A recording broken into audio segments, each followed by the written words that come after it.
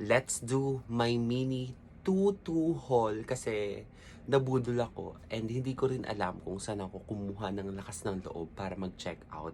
And yes, hindi ko rin alam, medyo bumababa yung motivation ko, yung drive ko on creating contents. Ewan ko, baka na-stress lang ako, pero I still love doing it. Pero siguro ngayon medyo pahipahinga lang, laylo ng onte, pero babalik din agad right away kasi kailangan natin para at least maka-work with more brands, 'di ba? First on the list is Device Cosmetics X Jelly or the VX Jelly makeup brushes. Finally, I have the Wither brushes from VX Jelly. Ang tagal na nito, mag-iisang taon na ata. At ngayon lang ako nagkaroon. Let's see what's inside.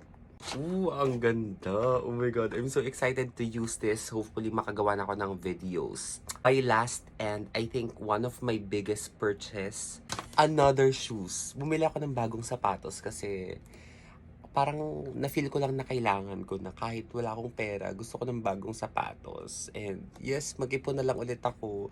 So, bumili po kayo sa aking TikTok shop affiliate. So, dyan po. Anyways, this is a running shoes. Ito yung itsura niya. Tingnan natin siya sa loob. Uy!